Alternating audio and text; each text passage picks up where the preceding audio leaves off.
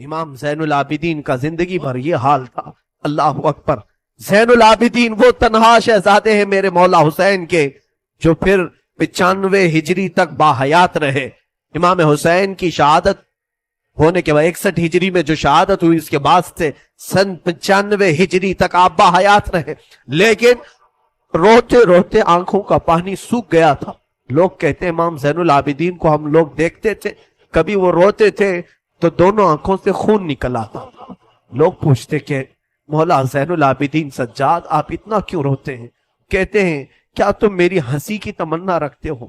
جس کے سامنے اس کے بھائیوں کو, اس کے گھر والوں کو, اس کے باپ کو کاٹا گیا ہے, اس کے گھر والوں کو کاٹا گیا ہے.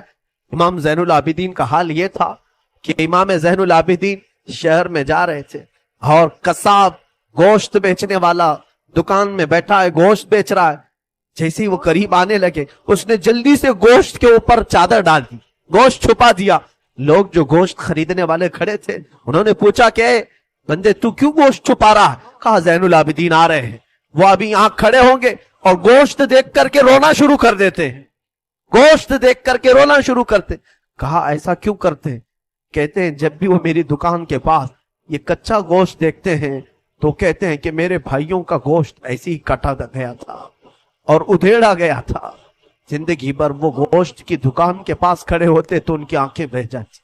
اور اس کے بعد ایک روایت یہ بھی ملتی ہے کہ قربانی کے دن تھے, مولا زین العابدین ایک جگہ سے گزر رہے ہیں, ایک قصائی بکرے کو لٹایا ہے اور جلدی سے اس پر چھری چلائی جا رہی.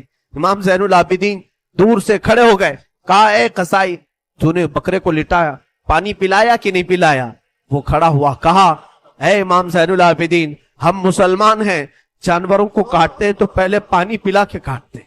امام زین العابدین نے کربلا کی طرف منہ کیا, کہا مولا حسین مسلمان جانوروں کو پانی پلا کے کاٹتے ہیں, جانوروں کو پانی پلا کے کاٹتے ہیں, مگر اہل بیت کے کسی شہزادے کو ایک گھونٹ بھی پانی نہیں پلایا گیا اور انہیں ویسی پیاسا شہید کیا گیا ہے, پیاسا کاٹا گیا ہے.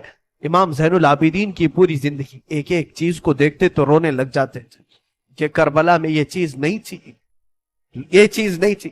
حسین ابن علی کے یہ صاحبزادے زین العابدین جہاں پر رہ رہے تھے خیمے میں, تو ایک مرتبہ ایسا ہوا کہ ابن زیاد جان بچاتا ہوا بھاگتا ہوا نکل آیا, کیونکہ مختار سقفی اس کے پیچھے لگ گیا تھا, اپنے سواریوں کو دوڑا دیا تھا اس کے پیچھے کہ عبید اللہ بن زیاد جہاں بھی ملے اسے پکڑ کر کے لاؤ, اسے پکڑ کر کے لاؤ.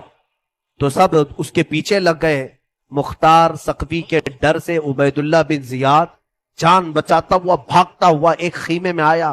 وہ خیمہ کسی اور کا نہیں, امام زین العابدین کا.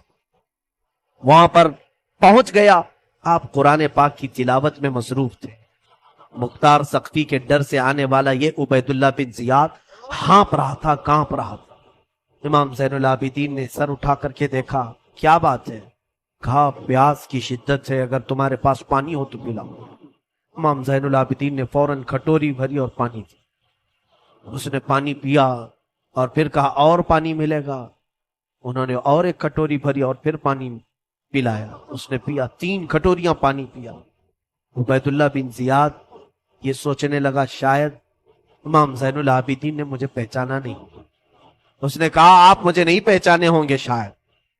آپ نے چہرہ اٹھایا تو آنکھوں میں خون تھا, آنکھوں میں خون تھا. کہا اے ظالم تجھے نہیں پہچانوں گا؟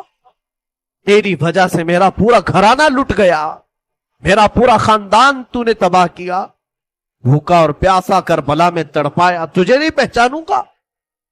تو عبید اللہ بن زیاد بدبخت نہیں ہے؟ تو اس نے کہا جب آپ نے پہچانا تو پانی پلا رہے ہو.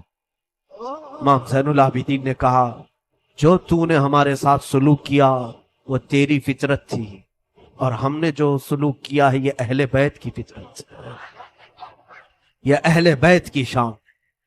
ظالموں کے ساتھ بھی پانی پلانے کا سلوک. اسی لیے میرے عزیزوں آج اگر ہمیں کچھ آس ہے, امید ہے, تو رسول کے انہی شہزادوں سے کہ ہماری برائیاں 1000 ہوں گی, لیکن مجھے امید ہے کہ ان حسین ابن علی کے شہزادوں سے اگر قیامت کے دن ایک بار ہم کہہ دیں گے پانی, تو امید ہے کہ یہ اپنے نانا کے حوض کوثر سے ہمیں پانی ضرور پلائے. تذکرہ کرو حسین کا، تذکرہ کرو اہل بیت کا اور علی کے شہزادوں کا، یقیناً حوض کوثر پر انہی کا قبضہ ہے۔ میرے آقا صلی اللہ تعالیٰ علیہ وسلم اپنے ہاتھ سے جسے چاہیں گے پانی پلائیں گے۔ ان کے گھر والوں کو ستا کر کے تم پانی قیامت کے دن کس پیاس بجھاؤ؟ امام زین العابدین نے اس وقت بھی پانی پلایا۔